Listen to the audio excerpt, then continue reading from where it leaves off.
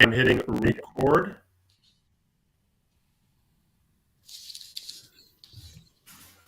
Hello, everyone, and welcome to War of the Stars, a Star Wars podcast, coming to you, as always, from deep within the Outer Rim, far beyond the watchable eyes of the Galactic Empire. My name is John Mark Tolley, and I am back, and joining me, as always, is my two co-hosts, Garrett and Will. Guys, how are you been? How you guys been? Doing well. Bright suns. Yes. How are you?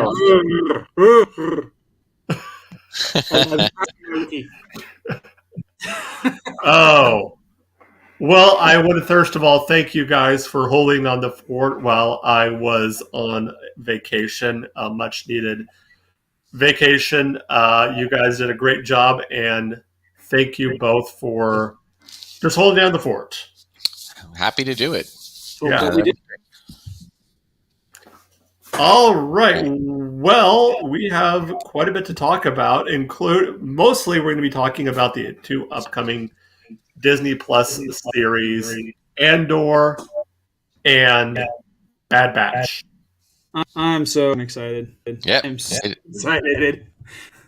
It's such a great time to just be I mean, I know that's kind of a cliche statement to be. It's a great time to be a Star Wars fan, but it's just so nice to have all these different series on their way, and then more behind that getting worked on, and more behind that getting talked about. So yeah. Well, which one should we start with? Should we start with Bad Batch or we start with Andor? My thought is we should start with Bad Batch. It's a little bit further out. Yeah. And then focus more on Andor because it's coming out this week. It is Wednesday. 3-episode premiere. Oh my God, that's so good. Yes. Oh, just so excited. Now, what did you guys think of the first season of Bad Batch? Loved it. Yeah. Great. I mean, just it was such a cool group of characters to introduce right towards the end of the Clone Wars, and then to have a spin-off essentially come out of them. But to see them go through, I mean, it really just anything surrounding that Order 66 plot and how it affected everyone else and other people and other characters, and to see how they handled it and where they're going with their story. And I love the character of Omega, and it's kind of gut-wrenching to see the destruction of Camino. I don't know why. I mean, it wasn't like we were that attached to it, but still. Well, I guess we'd been attached to it for 20 years, so I suppose. Yeah. I mean, it was the home of the clones. Yeah. Go ahead. I was just going to say I'm excited for it because one, kind of like what Will was saying, it's a great to extend the Clone War. The thing I really appreciated about it was you get to see how everything gets executed, no pun intended, with from that clone perspective. Because I think the character that really ties everything back together is Echo. Echo is he's that one character that shows up in both series. Fairly predominantly, he was he was the clone, started going nutso during the Clone Wars, figured out what was going on. It was a corrupted control chip, and I thought it was also cool just to see how the Empire solidified everything. Showing that part of it, how they're able to basically take control of the galaxy like they did so seamlessly, and how everything just kind of fell in line. It's going to be interesting to see that change too, and the change from the clones into the stormtroopers. The stormtroopers. Yeah. Well, that's going to be. Yeah, and I find it interesting to see, because when you're looking at Bad Batch, you're really looking at the formation of the Empire, or I should say not the formation, but the growth to its high point.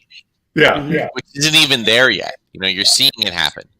And that's ironic in comparison to Andor, which we'll get to a little bit. But dealing with there, you're starting to see the seeds of rebellion kind of seep in, and you're going to start to see that story. So after the height of the Empire. So it's cool that they kind of put these two shows. Now, does Bad Batch, wasn't it supposed to start fairly soon, or has that got pushed back? Yeah, I think it was. It got pushed back to early 23. Oh, it did. Oh, wow. Yeah, from what I'm seeing is that, or maybe it's supposed to be later this year. I don't remember, but like I got the sense that it was being pushed out to at least January, just so that it wouldn't collide with else. Yeah. Yeah. I kind of like that they did that, to the sense that I don't want to have two Star Wars shows premiering at the same time, even if one is an animated show. I want one show a week, let's do Andor, let's get that out of the way, and after that, okay, Bad Batch for a couple of weeks. Yeah. And get that out of Mandalorian season 3, Bad Batch season 2 premieres January 4th, 2023. Okay. So, yeah, I mean, it isn't like every single week. There'll be some breaks in between, but yeah. Still, that's great. Yeah. Well, let's kind of hit the one of the news. Speaking of that, was the news that came out that once again it looks like the Rogue Squadron has been removed from the list of upcoming movies. Now, they didn't say that it had been totally scrapped. They just said that it had been removed. So that could mean anything, really. I mean, we don't know. Yeah, it's one of those things where it's like, for me, I was with Rogue Squadron. I was anticipating kind of like Star Wars equivalent of Top Gun. That's what. Yeah, exactly. Yeah. And I don't know. It feels like it's one of those things where it's like Disney's pumping the brakes on it and saying we're going to hold off because reasons. And this is the same studio that had no faith in Black Cauldron. It was actually probably one of their stronger projects. So I think my take on it is that it's a different world right now. Ever since Disney Plus, and these with the Mandalorian and with the Marvel limited series that have come out, I think Disney is just switching gears completely, and seeing whatever success, and not success that they've had, or non-success with, and I'm not talking about Star Wars here. I'm talking about Marvel, because Star Wars is a different animal, because they created the sequel trilogy. They had a few standalone films. They had two standalone films, one hugely successful and one not successful. And I think that they pulled the brakes back, and that's Star Wars. Now you take a look at Marvel. They've actually had greater success in their streaming services collectively than they have in their post-pandemic movie releases. Yeah. Spider-Man notwithstanding. Maybe Doctor Strange, but Black Widow was okay. Not that I'm a big Marvel fan. I enjoyed all the movies so far. But Shang-Chi, Eternals, what's the latest one? Even Thor, Love and Thunder. Yeah. They haven't gotten, and I enjoyed all of those movies, but they just haven't gotten the same thing. So I think that Disney is starting to see, and I'm guessing, and I don't know this for a fact, but Disney's starting to see that there is greater, there's greater chance for the greater ability to take chances on a streaming side than there is on the movie side. So unless they're looking at a movie script and a story concept that is rock solid, that every single person down the road, from the creatives to the suits, reads it and just thinks this is going to absolutely be the best thing ever. Yeah, I think they're going to be very careful. So now, do you think this is just speculation, but do you think that it could also be that they saw it, they see, like you said, they see the success that the streaming services have had, that the limited series have had, and they said, okay, we like the story, but because we're having so much success with our series, let's see if we can retool this from a movie into a series. Possibly. That maybe that's what they're doing. They're looking at it's like, all right, let's see if we can make this instead of just doing a movie, a theatrical release movie. Let's try to make this a series. I guess we'll have to wait till the next celebration to. Yeah. So it's kind of hard to say because when you're doing a series, let's just take the new Lord of the Rings series on Amazon, for example. Yeah. Amazon bought the rights for $250 million from the estate of J.R.R. Tolkien. They ended up putting at least $1 billion into the production, just the first season alone. And one of the things that they're running in, the more episodes you have to do, the more money you're putting out, and it's expensive. And right now, what people are seeing, at least from a critical, well, not from the critical, from the audience side of things, audiences are enjoying it as well as the critics are. And so that it might be one of those things where it's like it would probably better just do the film because it would save them some money. So having about millions of dollars per episode, they can streamline it, and so long as they have good tight writing, a good special, whether they're practical effects, CG. I'm personally towards the practical effects because that's what worked for George Lucas, and he was working especially on the first film on a very very tight budget.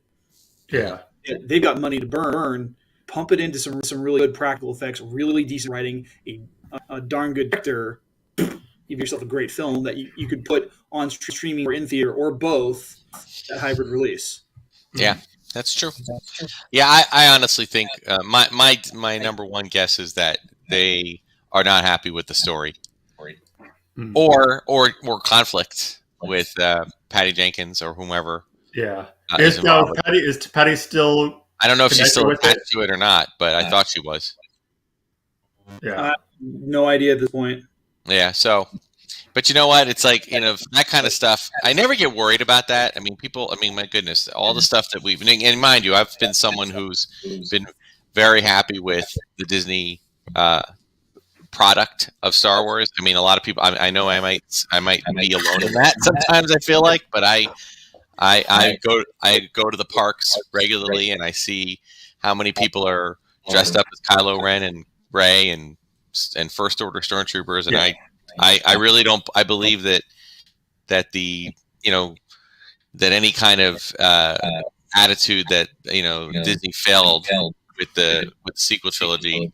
Not that they're perfect. I didn't say that, but it just is overall parts of the film franchise. I don't think that at all, and I think that Disney is very much aware of that. However, they also can be aware of their missteps, and moving forward, they're going to be a little more careful. And when they've seen such a level of success with streaming, and again, not that each one has been as 100% successful. I mean, I think Mandalorian by far takes the cake, but Book of Boba Fett had there was some general interest in there. It brought Mandalorian back, so there was a lot of viewership with that.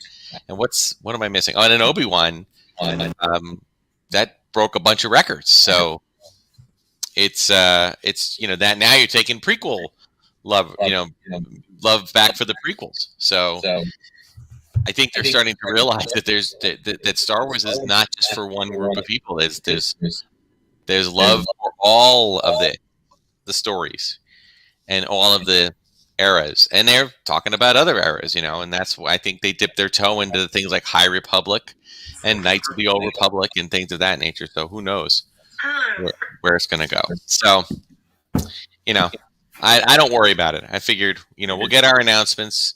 It was like D23 this year, not that there was anything really Star Wars.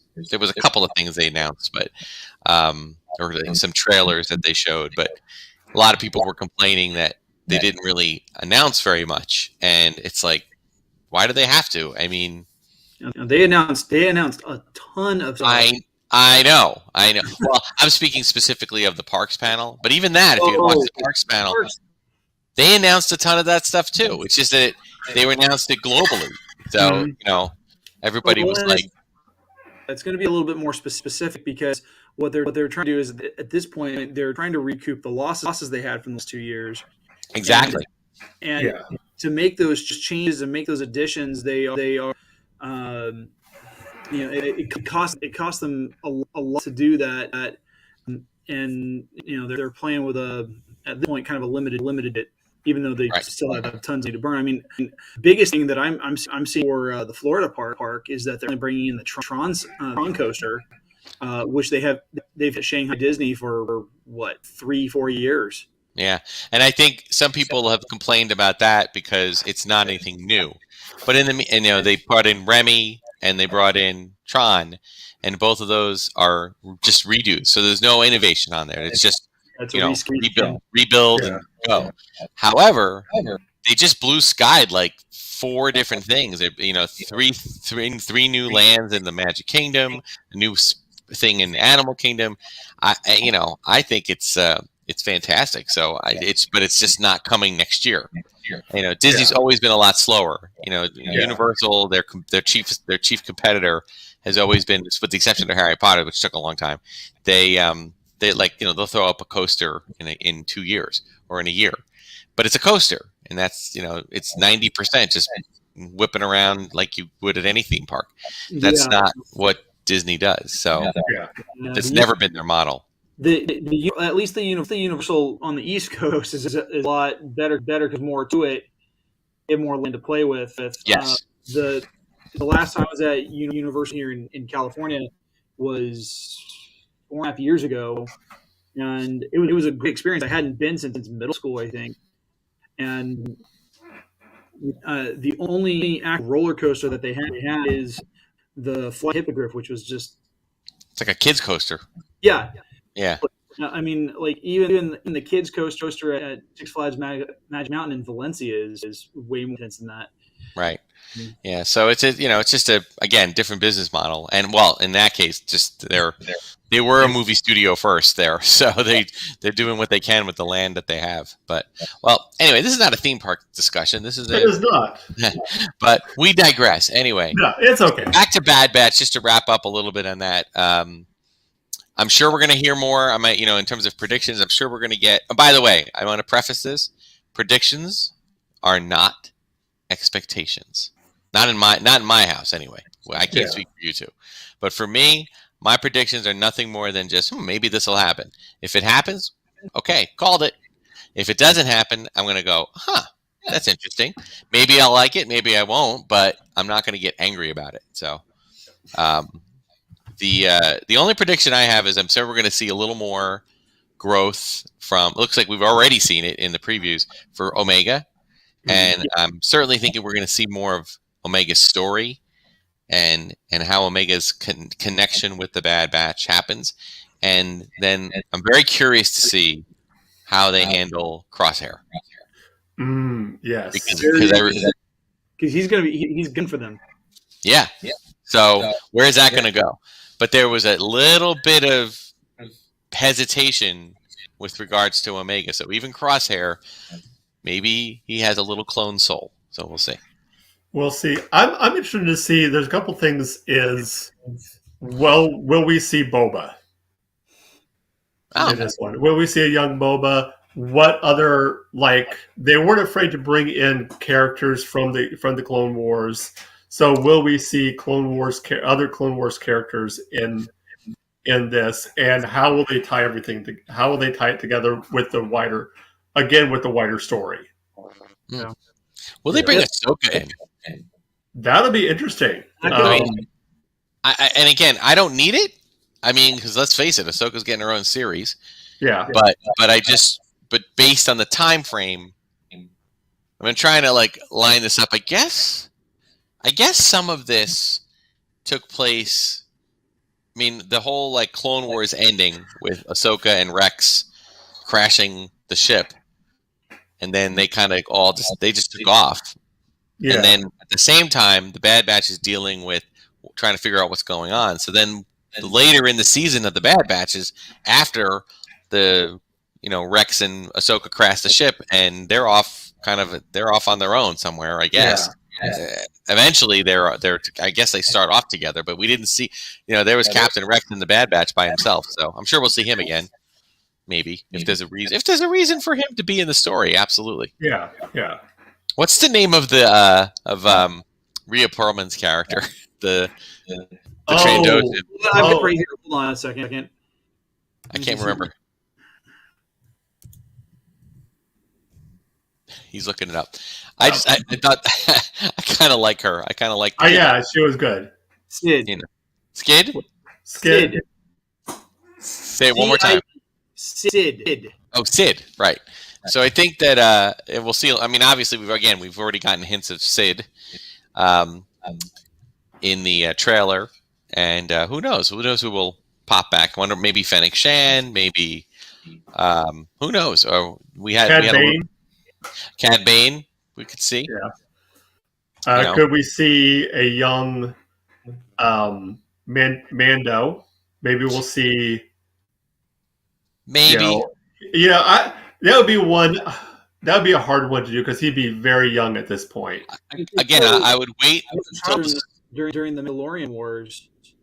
Yeah. And so, like, he was rescued by his clan. So, like, if he did show, he'd still be a little kid. Yeah, exactly. Yeah.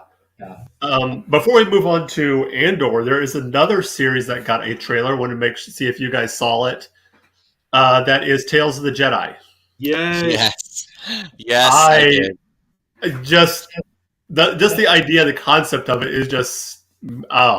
I'm so excited for this one. No, it is. It's very exciting. It's a cool.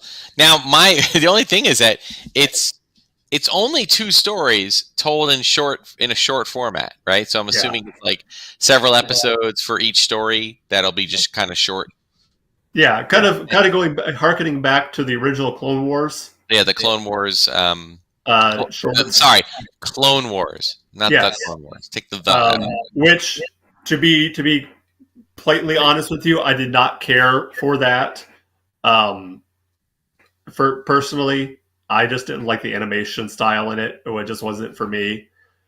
But that's just me. I know a lot of people have a soft spot in their heart for that series, but I just never got into it. I'll just say that. I mean, for me, it was. I'm at the time I was kind of thought it was interesting. It was the first kind of high end animation we had before, other than droids and Ewoks. Yeah. So, I enjoyed it for what it was, but I didn't really take it very seriously. I also kind of was a bit of a head scratcher watching Mace Windu take out an entire battalion of battle droids, like running past them. I thought, really,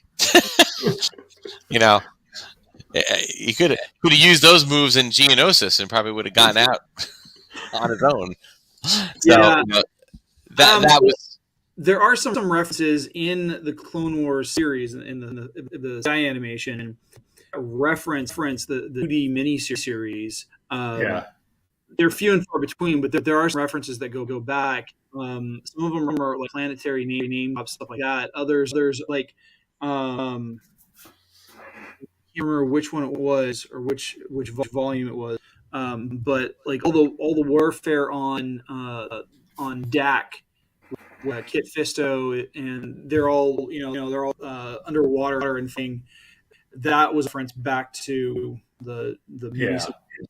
And they also, they kind of hinted that one of the reasons why Grievous had that cough was because of Mace Windu in the Clone Wars series. Clone Wars series, that he crushed his heart, which gave him the permanent cough that he always had. I appreciated that it literally ended right at the opening scene of. Yes, yeah. I appreciated for me that kind of storytelling. For me, it was more of an aesthetic thing. I just didn't care for the animation. That was my biggest thing for it.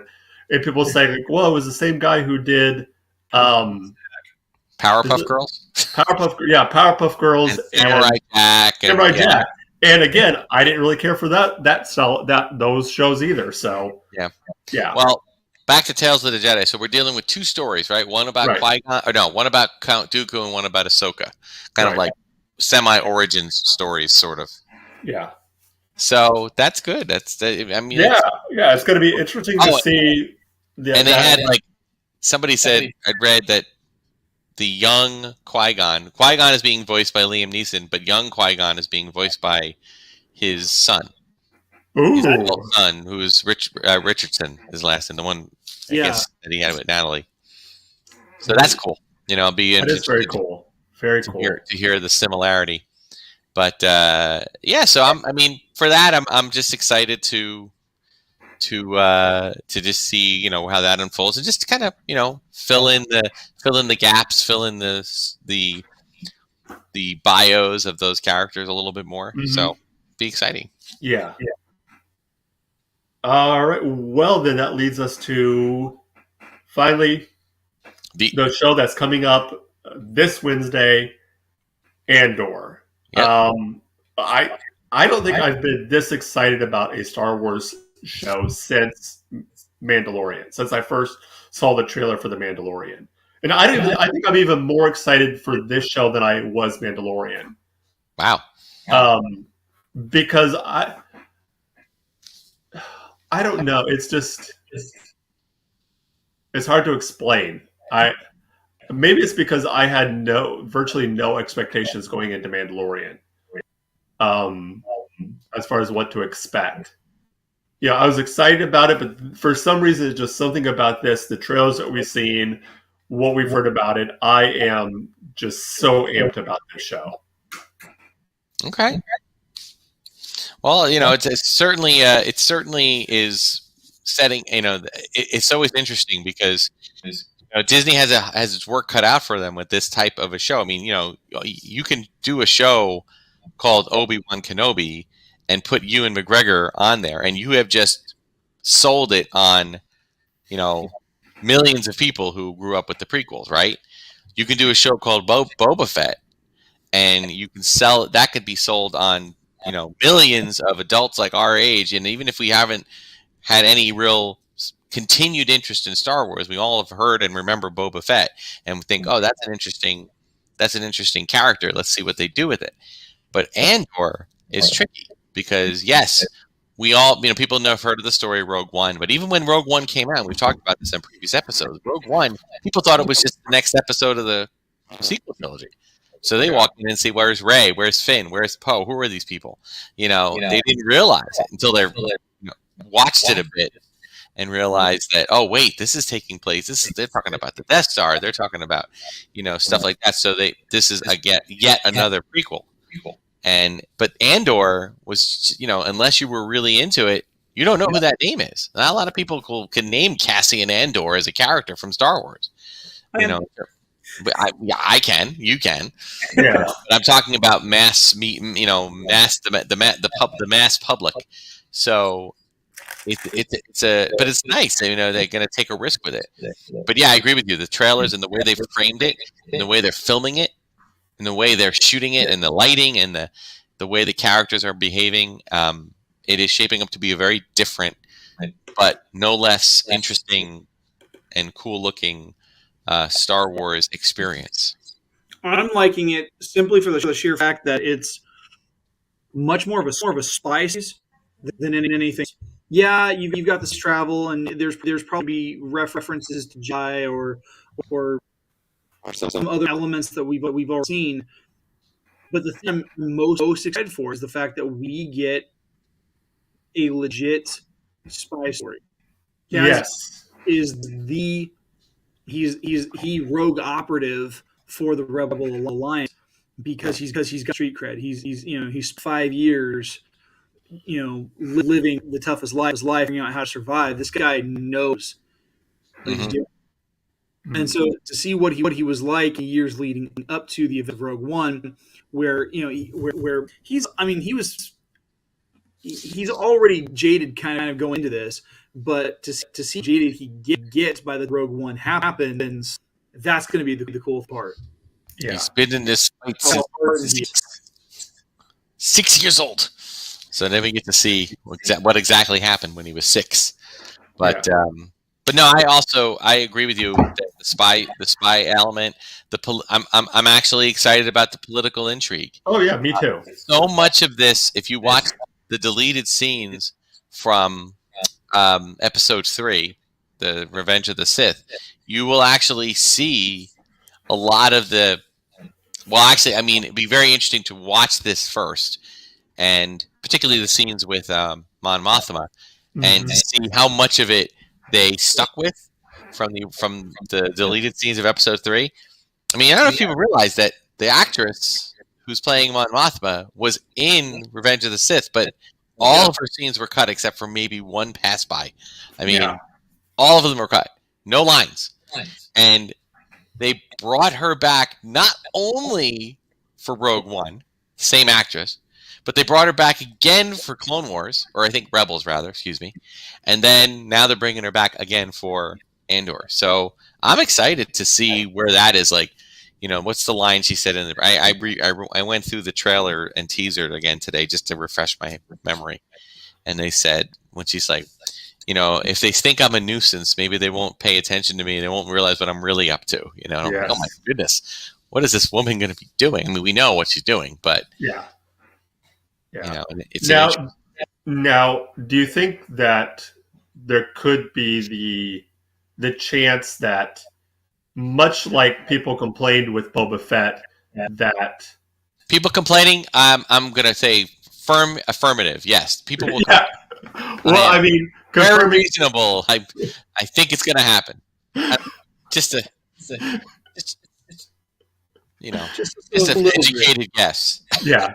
But that the chance that we could see a situation like we had with, you know, people complain with Boba Fett, where he gets kind of overshadowed by other characters in the show. I'm really hoping not, because we saw some of that a little bit with Boba Fett. We saw some a little bit with one, where Lucas was not on the title character as much as it could have been. But from what I've seen in the trailers, where they're showing him prominently, I think Lucasfilm has seen that. They're correcting that, making sure that that's not an issue. Because you know, what's the point of title character if you're not going to focus on? Yeah, I agree. I think we've seen quite a bit of Andor. So now, I think that we're going to see the character. I don't think we'll necessarily see. You know, I don't think it's going to be played by at least 2 roles. At least Diego will play the adult version, and there's a kid in there. I'm pretty sure. So, so I'm that's my take on that. But I do. I mean, some of the reviews have already come in, and a lot of people are saying the same thing. It's I think what I've found is, you know, although it might just be the people that I tend to follow on social media, who tend to be more positive, they seem to be enjoying it. But they said it's very adult. That it's like not just adult in, you know, theme and tone, but, you know, there's some swear words, there's some, you know, adult situations. So it's going to be an adult version of Star Wars, like we haven't seen as of yet. So what that translates to after 12 episodes, I don't know. Yeah. Now there's now we can, I think, let's kind of transition to maybe, I don't know if I want to say what we don't want to see, but I mean, maybe that's the best way to talk about it, of things like even if I'm trying to put into words what I'm trying to say. So like, for me personally, I really don't want to see Vader. As much as I love Vader, I don't think this is the show for Vader to show up in. Okay. I think Vader at this point, maybe mention him, even if it's in an offhand way, but at this point, I think Vader still needs to be the boogeyman. He still needs to be that thing that's kind of in the background that people, you know, talk about. That's kind of like, you know, I think not seeing him at this point, or even just mentioning him in whispers, makes him even more terrifying at this point. Oh, absolutely. I don't think he needs to show up in the show. That's what it's. I mean, you know, and I think if he does, that takes that. For me personally, that could take away from from the show. Because then you're focusing on Vader. You're focusing on, oh my gosh, Vader's here. And, this isn't Vader's show. Okay. I mean, that's just me personally. I don't know what you guys think, but. No, I completely agree with you on that one, because I think having Vader in the show, he's such a dominant presence throughout the franchise that like the brief scenes of him in Rogue One, great. Those are good because they show that as much as just Krennic was a threat, there was someone who could cow him very easily. Yeah, and we got to see a version of Vader hunt for the Death Star plans in a light that we hadn't seen before, and that worked for them. And I think it also worked for him showing up in Obi-Wan. Right, exactly. Because I mean, that was a personal vendetta. This is a situation in which we're 5 years out the event of A New Hope, and just prior to Rogue One, and there's no need for him to be there, because why would he want to hunt down just some lie? Yeah, the only way I could see him possibly showing up is at the very end, where there's a scene of him meeting with Krennic, talking about Project Stardust. Talking about the Death Star. I really don't think he's not the focus. He won't be the focus. Yeah. If anything, he'll be in a reference, as you said, or a very brief flyby or something like that. And whatever it is, I seriously doubt it will take up more than a few seconds of screen time. Yeah. Now, what about the Emperor? I mean, I would imagine. I mean, we've already seen scenes in the Senate, so it's certainly possible. We've already seen Ian McDiarmid, don the makeup for the end of Obi-Wan. I see no reason why he couldn't have just kept it on for a few more lines. Yeah. And do something like that. Having said it, does it have to? No. Could very well have his major domo, one of those, Masamita guy or whoever, could be the person doing all the talking in the Senate. And he just kind of goes to his ivory, or I should say black tower, and just rule from on high. So we don't have to see him, but I wouldn't be surprised if we didn't get a pinch of him, or Bail Organa for that matter. Yeah, that's another one. Showing up because he being senator, it would make a little sense for Jimmy Smith to show up. Yeah. And if they ask him, he'll do it because he's been jumping in for any time. You want me to? Oh, sure. I'm surprised he didn't do the voice for Bad Batch or whatever. But yeah, absolutely. So yeah, I think we're all very. I think the consensus is we're all very excited for this show. Oh yeah, absolutely. Yeah. No, it's I'm cautiously optimistic. I have no reason not to be. Diego Luna did such a bang up job. Mm-hmm. And they got a great cast all the way around. Even the people that what's his name, Skarsgård. I'm so happy to have him in the Star Wars universe. I wanted him in there since since he was in Pirates. I remember when he played what's his name, Bootstrap Bill. I'm like, oh, this guy belongs to Star Wars. Yes. I just want him there so bad. So now we have him, and that's great. And the return of what's his name? Saw Gerrera. Saw Gerrera. A little more of him than we got in Rogue One. And I think it's before he's not quite the man he used to be, but I don't think he's been quite piecemealed as much as he is in Rogue One. No. Which I think it's going to be interesting to see if we see that story kind of play out a little bit of how he becomes what we see in Rogue One. Now, I will say one hope, again, not expectation, just a minor little tiny back of my mind hope that we see a bit of at some point, even if it's just in a glorified cameo, although I could understand if it doesn't happen, and I forgive it, but I would so love to see Chirrut and Baze. Yeah, even just running in the background. If somehow he ends up back on Jedha for something, because it looked like Diego's character like Andor was familiar with Jeddah, was familiar with who was there and what people were doing. So he could have had a run in a cameo setting. I don't think they'll go on an adventure together, but that's definitely a long shot hope that I hope to be able to see. If not in this season, next season. Now we've been confirmed. It's been confirmed that we will not be seeing K2SO this season. Yeah, that's what I went to see. I went to see K2. I believe it makes sense. They brought him out like at 2 celebrations ago. They brought him out on stage with Diego. So obviously I'm pretty sure he's going to be in the story. But I think it's going to be season 2. Yeah. I do believe that they've already kind of announced that. So maybe that's part of the story. And then maybe maybe they have to establish Diego's character a little more in this season, and then start to, because remember it's going to end in the second season, pretty much right on Rogue One. Like he's going to be. Yeah. I've been told. I don't know how people know this, but they're saying that it's going to end on the scene we meet him for the first time. So I don't know how true that is, but yeah. Well, what about you, Garrett? What are some of your thoughts? You've been kind of quiet.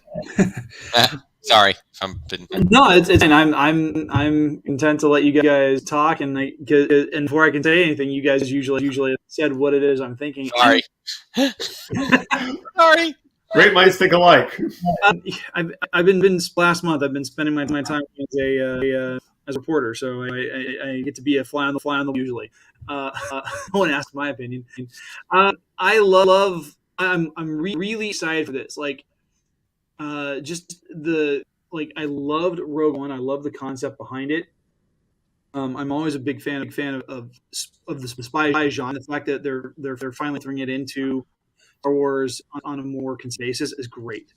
And so I'm liking this because even though it's there. The way I kind of see Cassian Andor is I kind of see him as kind of like a young Jack Ryan, only instead of being like, Ivy League, he's from the streets. He's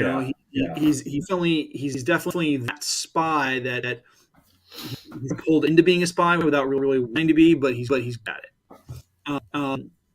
And on top of that, he's got the other skill sets needed to accomplish whatever the missions are, whether it's a survival mission, intelligence gathering, maybe taking out an asset, target. He's got that capability and he's got mindset because of how he grew up, and we're going to see those elements. I mean, his eagerness to follow the directives in Rogue One to kill Jyn Erso's dad, and being willing to do so until she showed up on the landing platform. He was ready to pull the trigger. He was wrestling with it. He was ready to do the job. And I'm eager to see how he gets point A at the beginning of the series to point B at the start of one, as well as those things that he has to wrestle with. The job he does is a cost. Whether it's lying to someone that he's gained the trust on, whether it's killing someone that he's gained the trust of, or killing someone close to someone that trusts him, whether it's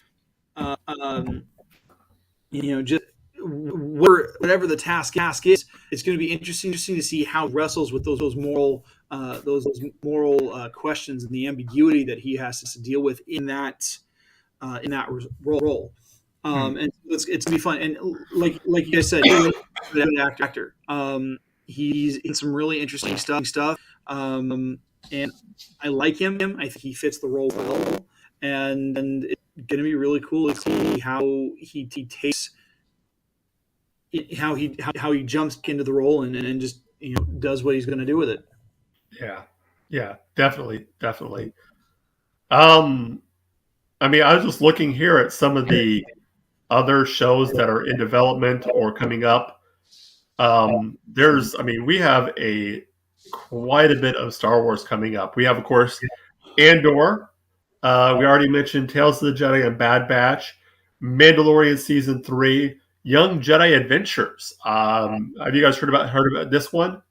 I know much about it though. Yeah, it's an animated TV series in spring of 2023.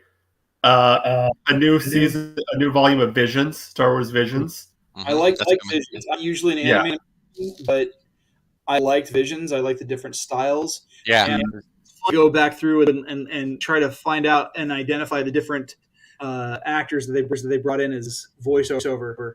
Yeah. Yes. Of course, Ahsoka coming out with the TV show, and they've apparently they've cast Ezra. Yes. So literally, okay. I have one expectation. I will say this. I already told you. These are not expectations. I have one expectation. I want Freddie Prinze as a yes, Freddie Prinze as Kanan. Yes, as Kanan, but he's dead. Yeah. But bring him back as a flashback, as a ghost. I don't care what it is. But just Caleb Doom. We need Caleb Doom. You literally have the entire cast of the Ghost or of the Rebels in this show. It should be called Rebels plus Ahsoka. Rebels plus Ahsoka. Skeleton Crew. Sounds like a great name for a band. Rebels plus Ahsoka. But also Skeleton Crew. It's gonna be interesting. Because I don't know much about that show, and I'm just like, just the premise of it is, it seems, I don't know. Yeah. Acolyte, the Acolyte TV show, Lando. Then we got, Taika Waititi's movie is supposedly still in development.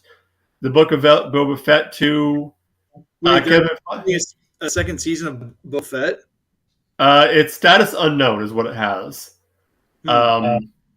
There's also a status unknown for the Kevin Feige movie. There's a J.J. Dillard and Matt Owens movie possibly coming out. Rangers of the New Republic is still up in the air. The Rian Johnson trilogy is still up in the air. And the Binoff and Weiss movie is still up and has been canceled, is what this says. Yeah. Anything and everything, until you start seeing the, and I'm not being cynical here. I'm just being cautious. Until you start seeing the characters show up on Entertainment Weekly covers, you're not 100%. And hey, you can't even say that because look what happened to that Batgirl movie. True. Don't get me started on that one. Oh my goodness. But it looks like at least everything up through the Acolyte is pretty much confirmed because we've got casting for Acolyte, we've got casting for Skeleton Crew. Ahsoka's already done. It's in the pipe.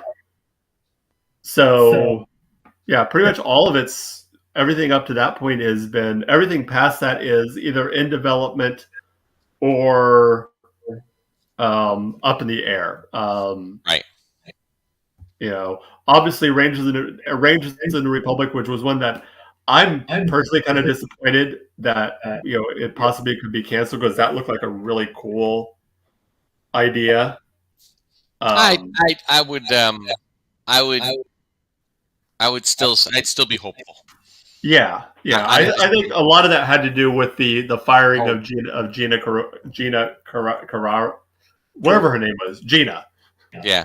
Because she was supposed to be the lead. She was going to be the lead on that. So to do that show without that core character, but don't think for a minute that they're not going to try to replace that character in some capacity, in some way. And then if we get somebody who's equally strong, and she was a fan favorite from Mandalorian, and it would behoove them as producer to bring her back on. Yeah, you may be right, but I don't think it's going to happen. I don't think so. But who knows? Anything can happen. Always in motion is the future, right? So I think there would have to be a lot of, for that to happen on both sides. There would have to be a lot of suppressing of ego. That, and both sides would have to there have to be a lot of mea culpas going on both sides. I think both sides would have to come together and say, like, yeah, we both made mistakes, and I don't know if either side is willing to do that. Right. Yeah, whether so it be Disney or Gina. So I think more realistically, and again, it's no basis in facts here, just speculation. Yeah. But realistically, I think that they have to throw all these other things out there, get them out, see what they have, see who the new breakout star is, and see if there's somebody that can be placed into that role, whatever that role is going to be. Yeah. But as I said, who knows? Yeah. So. Yeah. All right. Well, guys, I think this is a good a time as ever to kind of wrap things up here. Will, why don't you tell the people out there where they can find you at? Okay, you can find me at home on YouTube with my Darth Tuba Star Wars Unboxing Show channel. New episodes drop on Sundays and Wednesdays, although I am experimenting with and occasionally uploading some new YouTube shorts that come out not every day, but every couple of days. And you can find me on Instagram and Twitter at Darth Tuba, Darth Tuba's Unboxing page on Facebook, and you can email me at darthtuba77@gmail.com. All right. Garrett, what about you? Well, you guys can find on Instagram and Twitter at GKJ_publishing. You can also find me on YouTube at GKJ Publishing. I actually have a new season of my show out on YouTube. Season 5 launched on October 1st. It's going to be great. I've got a ton of author interviews lined up. In fact, I just recorded the interview for my 200th episode this afternoon. I'm super excited. And then that's pretty much. All right. As for us right here, you can check us out each and every week live here on Facebook and now YouTube. Hopefully this works. We're trying something new, trying to do a double simulcast to both Facebook Live and YouTube. Remember to like and subscribe on our YouTube channel. Just search for War of the Stars. You can email us at warofthestars@gmail.com. That is also our Twitter handle. Check out our Facebook page. If you're not able to watch us live, as I said before, you can also check us out on YouTube. Just check out War of the Stars, a Star Wars podcast. Or you can find us wherever you get your podcast at. Again, just search War of the Stars, a Star Wars podcast. Check out our Instagram page. Again, War of the Stars, a Star Wars podcast. Also, if you want to support the show, patreon.com/War of the Stars, or check out our merch shop. Link will be in the description on our YouTube page and all our social media. Get the cool War of the Stars merch. And that will do it for this week.